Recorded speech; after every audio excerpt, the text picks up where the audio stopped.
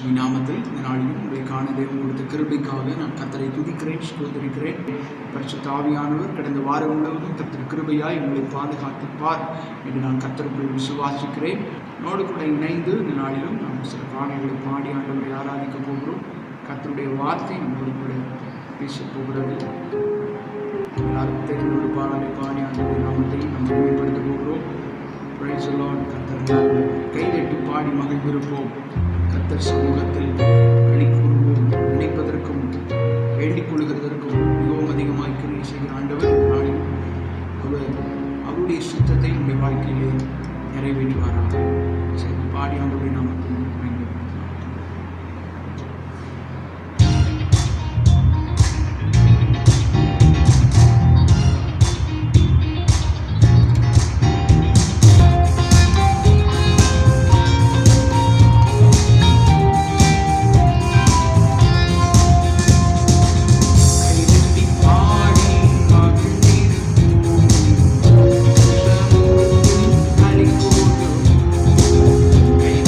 you.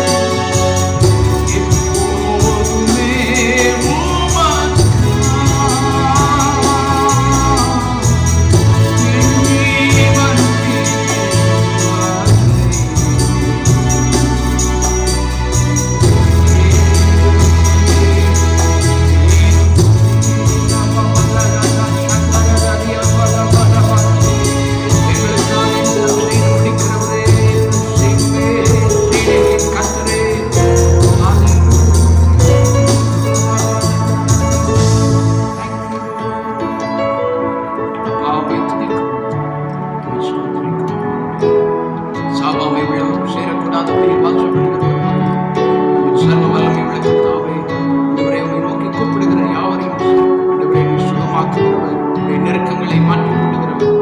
நாங்கள் உம்மை நோக்கி கூப்பிடுகிறோம். கர்த்தர்களுக்கு செவி கொடுத்து ஆண்டவரே அனுகூலமான அடையாளங்களை காண்பித்து தடைகளை மாற்றி கிருபை உங்களோடு கூட இருக்கட்டும். தொடர்ந்து வார்த்தைகள் மூலமாய் உங்களோடு கூட பேசு. என் நாமத்தை இயேசுவின் நாமத்தில் ஜெபிக்கிறோம் நல்ல பிதாவே. ஆமென்.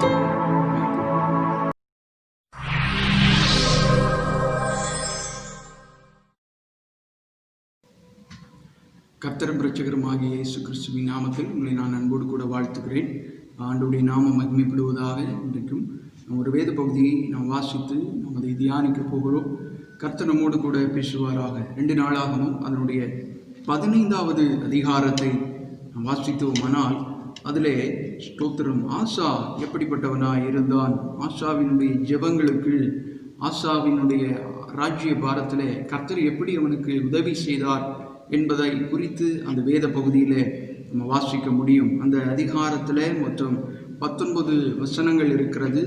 அந்த வசனங்களை எல்லாவற்றையும் நாம் வாசிக்கிற பொழுது அதை ஒரு 3 பகுதியாக, நாம் அதை 4 பகுதியாக அந்த வசனங்களை, வேத பகுதியை நாம் பிரித்து நாம் அதை தியானிக்க போகிறோம். முதலாவதாக, ஆசா எப்படிப்பட்டவனாக இருந்தான், தேவனை தேடுகிற ஒரு மனிதனாக அந்த இடத்துல ஆசாவை குறித்து சொல்லப்பட்டிருக்கிறது. 2 நாளாகவும் 15வது அதிகாரம் 1 முதல் 7வது வசனம் வரை நான் வாசிக்கிற பொழுது அங்கே சொல்லப்பட்டிருக்கிறது, அவன் தேவனை தேடினான். முதலாவது, நாம் யாரை தேடிக்கொண்டிருக்கிறோம், நம்முடைய சூழ்நிலைகளிலே எதை நோக்கி கொண்டிருக்கிறோம், நமக்கு நெருக்கம் வருகிற பொழுது, உபத்திரம் வருகிற பொழுது யாருடைய முகத்தை நாம் பார்க்கிறோம், தேவனை பார்க்கிறோமா? இல்லை என்றால் நமக்கு சகாயம் இந்த மனிதர் மூலமாய் வரும், இந்த சூழ்நிலைகள் நமக்கு ஆதரவாய் இருக்குமானால் நம்முடைய காரியங்கள் கைகூடும் என்று சொல்லி மனிதர்களை, சந்தர்ப்பங்களை நாம் எதிர்நோக்குகிறோமா? இல்லை என்றால் தேவனுடைய முகத்தை நாம் நோக்கி பார்க்கிறோமா என்பதை நாம் சிந்திக்க வேண்டும். முதலாவது வசனம், தேவனுடைய ஆவி ஓதேதின் குமாரனாகிய அசரியாவின் மேல் இறங்கிறதினால், பரிசுத்த ஆவியானவர் இறங்கி அந்த இடத்துல அவன் சொல்லுகிறான், அவன் வெளியே ஆசாவுக்கு எதிர்கொண்டு போய், ஆசாவே, யூதா பென்யமீன் கோத்திரங்களின் சகல மனுஷரை கேளுங்கள், நீங்கள் கர்த்தரோடு இருந்தால் அவர் உங்களோடு இருப்பார். அப்ப தேவன் நம்மோடு கூட இருப்பதற்கு நாம் என்ன செய்ய வேண்டும்? நாம் அவரோடு கூட நம்முடைய நேரங்களை செலவிட வேண்டும். நாம் தேவனோடு கூட வாசம் பண்ணுகிறதற்கு நம்முடைய நேரங்களை கர்த்தருக்கு கொடுக்க வேண்டும். ஆண்டவர் நம்மிடத்தில் நம்முடைய பொருட்களை அல்ல, நம்மை தான் எதிர்பார்க்கிறார். நாம் அவருக்கு எப்படி நம்முடைய நேரங்களை செலவிடுகிறவர்களாக இருக்கிறோம், அவருடைய வேதத்தில் நம்முடைய நேரங்களை எப்படி செலவிடுகிறோம், அவரோடு கூட நம்முடைய நேரங்கள் எப்படி செலவிடப்படுகிறது, ஜெபத்திலே, தியானத்திலே, ஆண்டவரை நோக்கி பார்க்கிறதிலே நாம் அவருக்கு நேரம் செலவிடுவோம். ஆனால் அவர் நம்மோடு கூட இருப்பார். அந்த வசனத்திலே அவன் சொல்லுகிறான், நீங்கள் கர்த்தரோடு இருந்தால் அவர் உங்களோடு இருப்பார், நீங்கள் அவரை தேடினால் உங்களுக்கு வெளிப்படுவார்.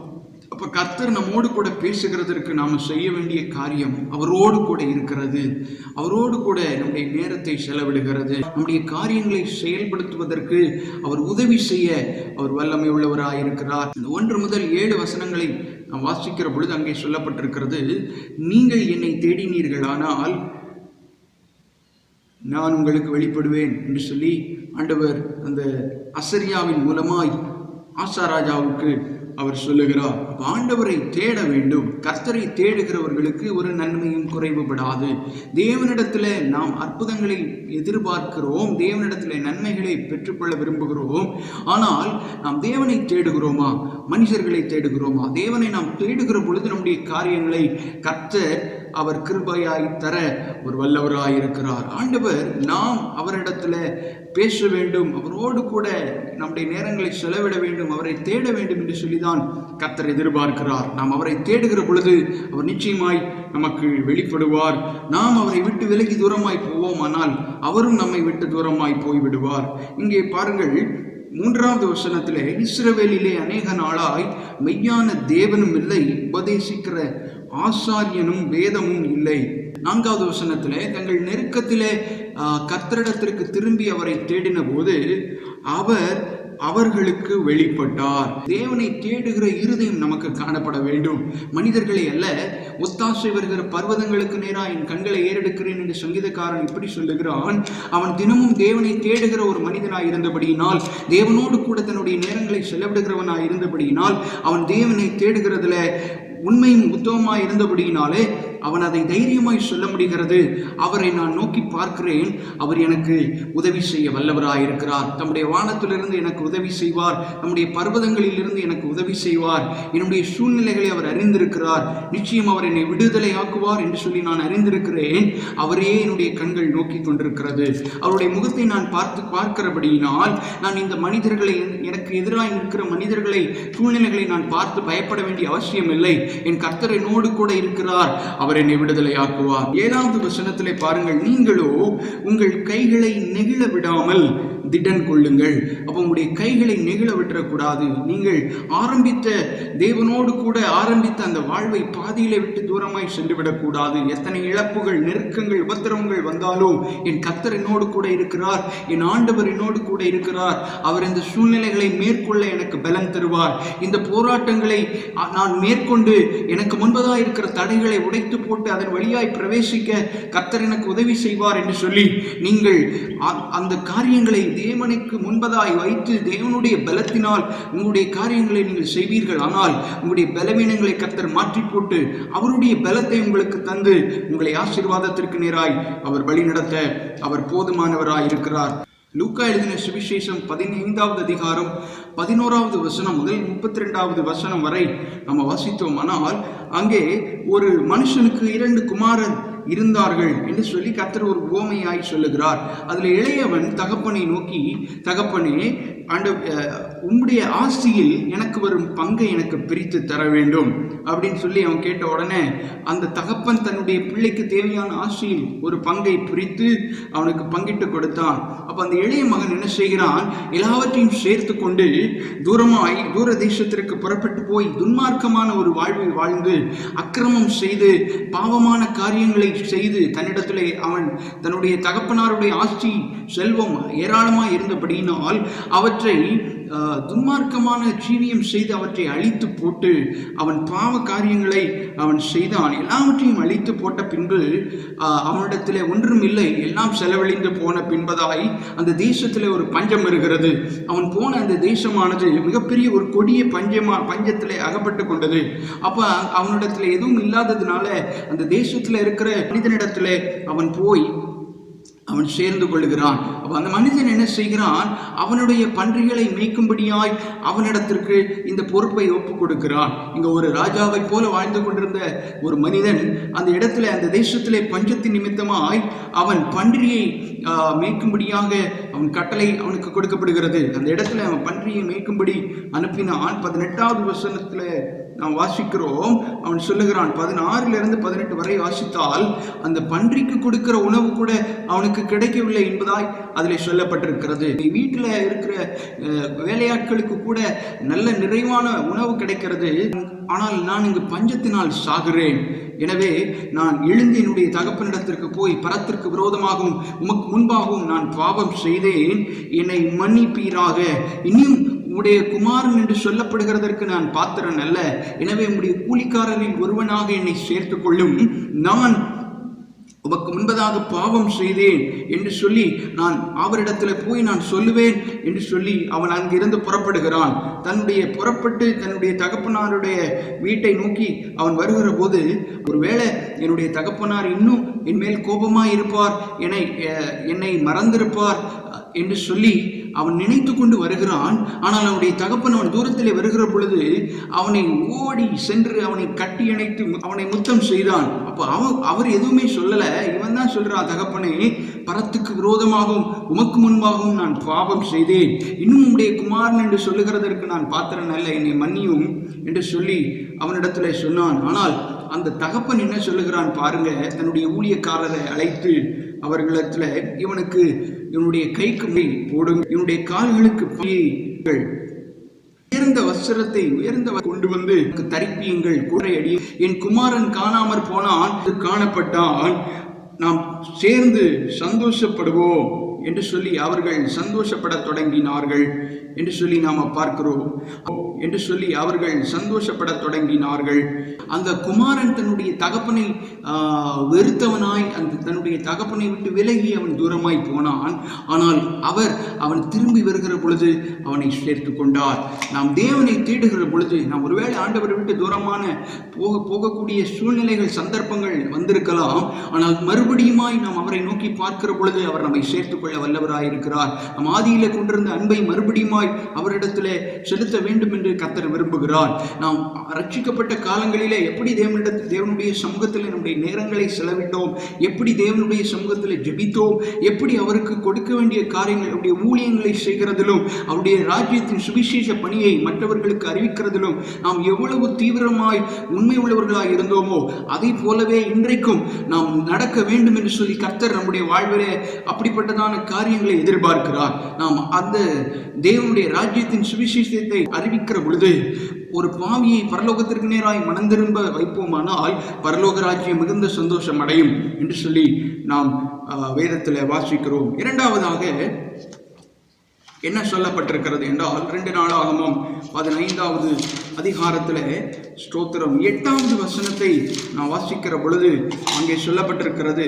ஆசா இந்த வார்த்தைகளை தீர்க்கதரிசியாகிய ஓதேதின் தீர்க்க தரிசனத்தையும் கேட்ட பொழுது அவன் என்ன செய்கிறான்? அவன் திடன் கொண்டு அவன் பயப்படலை. அந்த காரியத்தை குறித்து பயப்படாதபடிக்கு அருவருப்புகளை யூதா பென்யமீன் தேசம் அனைத்திலும் எப்ராஹிமின் மலை தேசத்திலும் தான் பிடித்த பட்டணங்களிலும் இருந்து அகற்றி, அவன் பாருங்க அந்த தேசத்தில் இருக்கிற அருவருப்புகளை அகற்றினான். ஆண்டவருடைய வார்த்தைக்கு அவன் செவி கொடுத்தான். தேவனுடைய தீர்க்கதரிசியை கொண்டு ஆண்டவருடைய ஆவியானவர் என்ன பேசுகிறாரோ அதற்கு மாற்றாக அவன் ஒன்றும் செய்யவில்லை.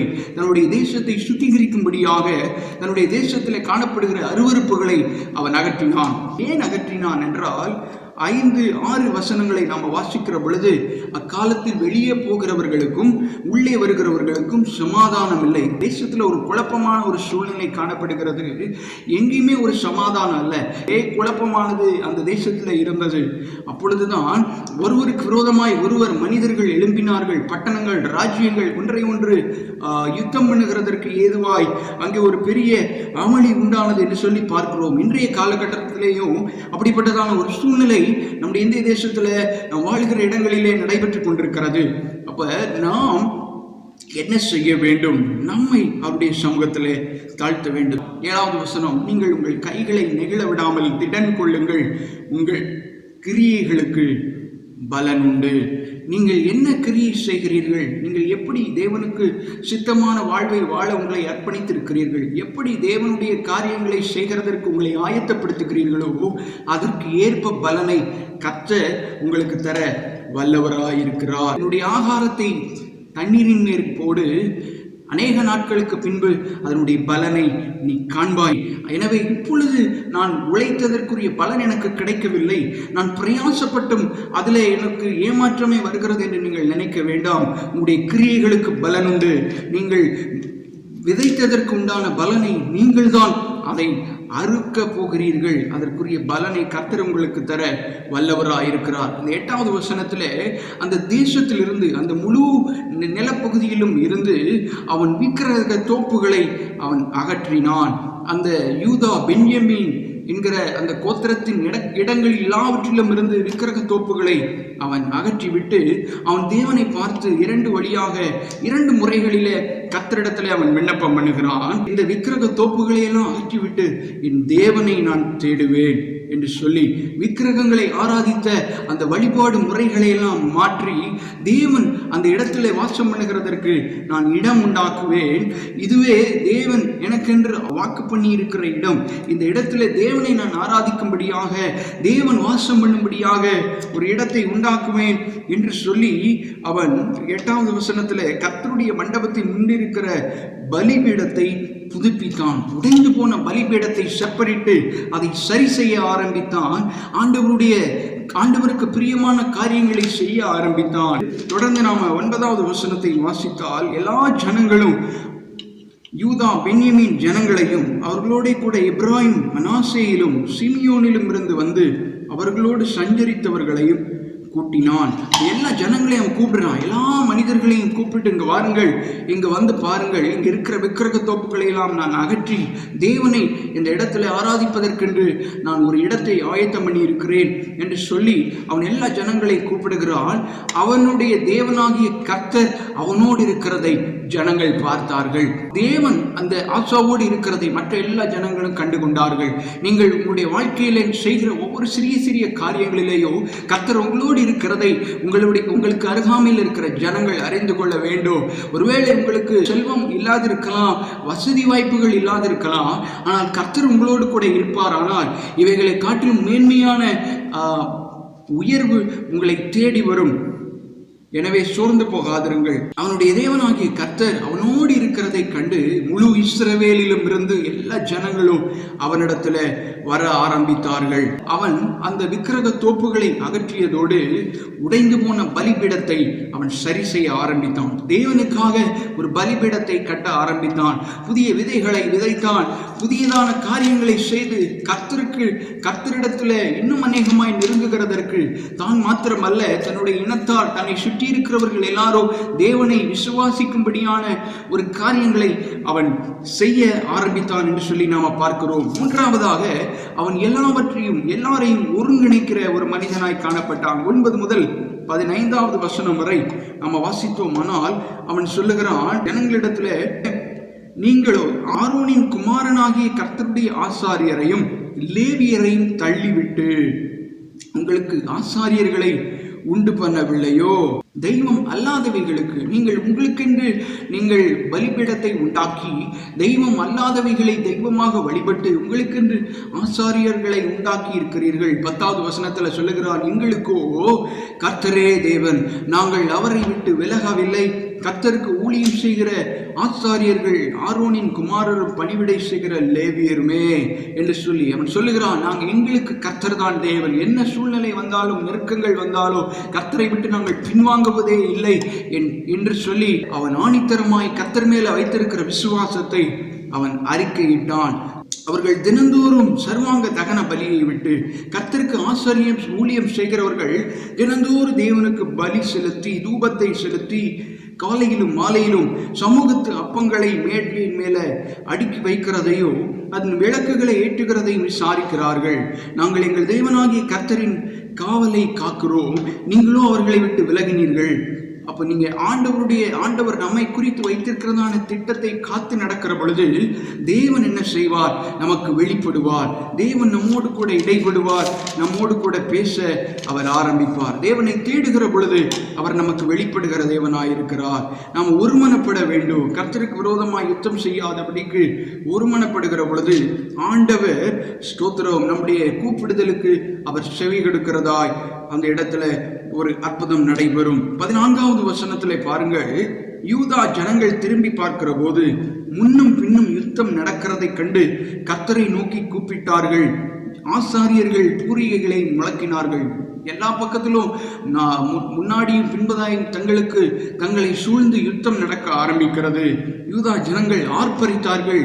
ஸ்தோத்திர ஆசாரியர்கள் பூரிகைகளை ஊதுகிற பொழுது தேவன் யெரொபெயாமையும் இஸ்ரவேல் அனைத்தையும் அபியாவுக்கும் யூதாவுக்கும் முன்பதாக முறியடித்தார். இஸ்ரவேல் புத்திரர் யூதா ஜனங்களுக்கு முன்பதாய் முறிந்து ஓடினார்கள். தேவன் அவர்களை இவர்கள் கையில் ஒப்பு கொடுத்தார். அப்ப ஆண்டவரை நாம நோக்கி கூப்பிடுகிற பொழுது நமக்கு எதிராய் ஒரு பாளையம் இறங்கினாலும் யுத்தம் ஏற்பட்டாலும் கர்த்தர் அவருடைய கைகளிலே நம்மை ஒப்பு கொடுக்க விடமாட்டார். அவர்களை மேற்கொள்ளுகிறதான வல்லமையையும் பலனையும் ஆண்டவர் நமக்கு தருகிறார்.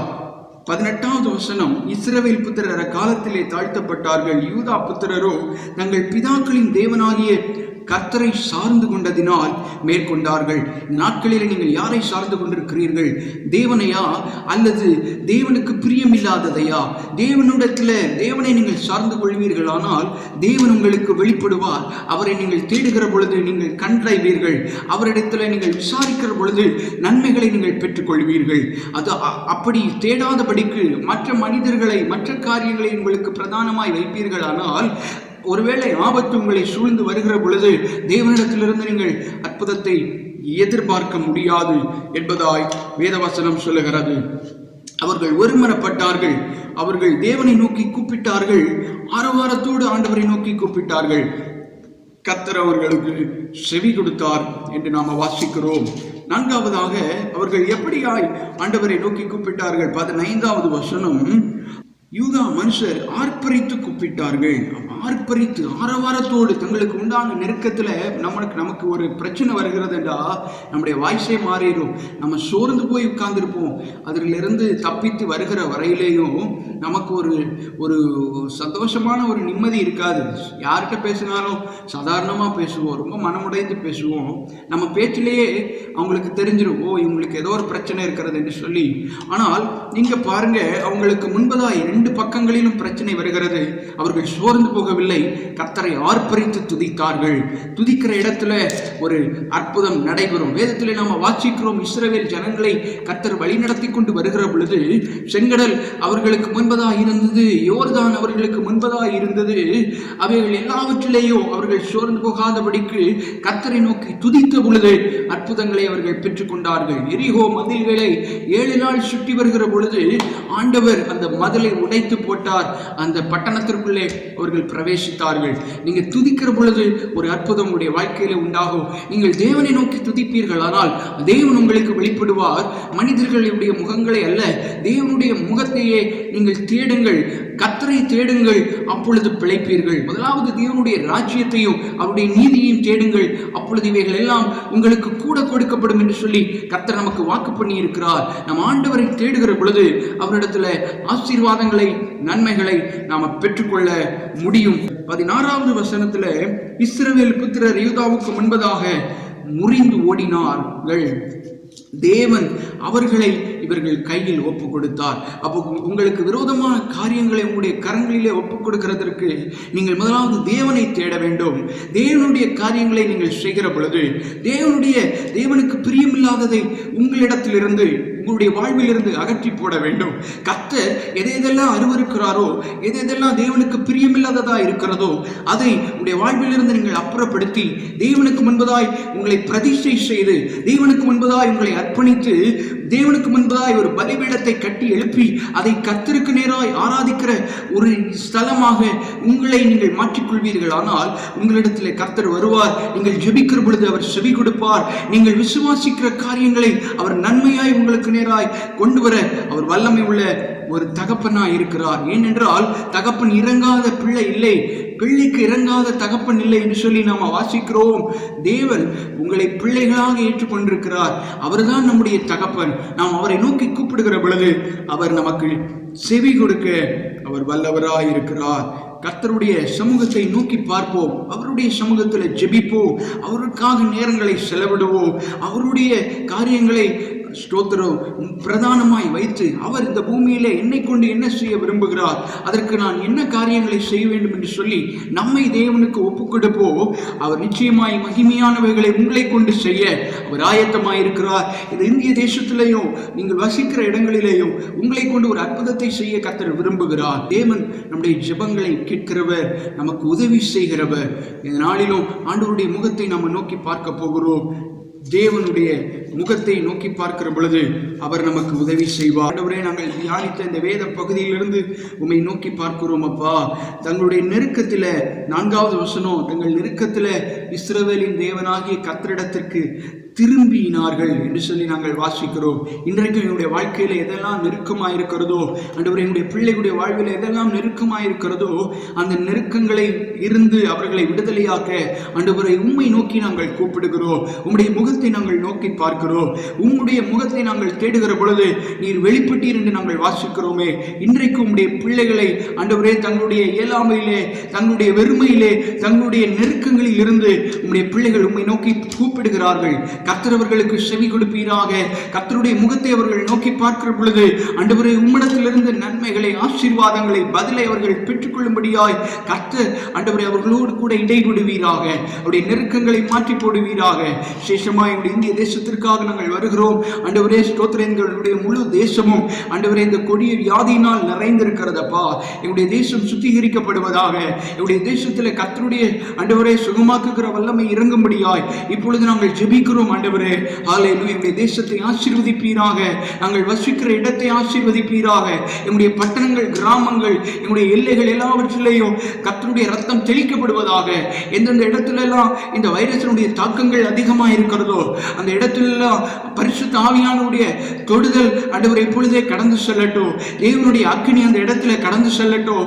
தேவ ஆவியானவர் அந்த ஜனங்களை ஆண்டவரை நீர் சுகமாக்கும்படியாய் நாங்கள் ஜெபிக்கிறோம். மருத்துவமனையில் போராடி கொண்டிருக்கிற எல்லாருக்காக நாங்கள் வருகிறோம். ஆண்டவரே தினந்தோறும் ஏராளமான பேர் மரித்துக் கொண்டிருக்கிறார்கள் அப்பா.